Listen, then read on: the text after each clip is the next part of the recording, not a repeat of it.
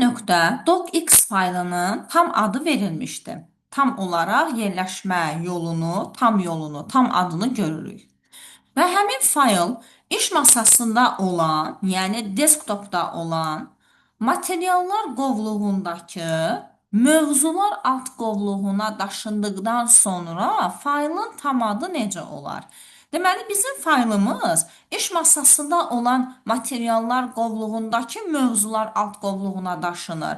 Onda belə çıxır ki, fayl yenə də C diskinin daxilində users qovluğunun daxilində olan desktopdadır və həmin desktopda sənədlər qovluğunda idi əvvəl. Amma indi nə edirlər? Onu iş masasında olan materiallar qovluğunun da tərkibində olan mövzular alt qovluğuna daşıyırlar.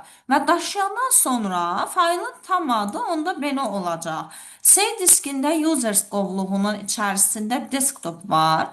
Onun daxilində olan materiallar qovluğunun da daxilindəki mövzular alt qovluğuna daşıyırlar və bizim faylımızın tam adı deyirsə, mütləq faylı da qeyd etməliyəm.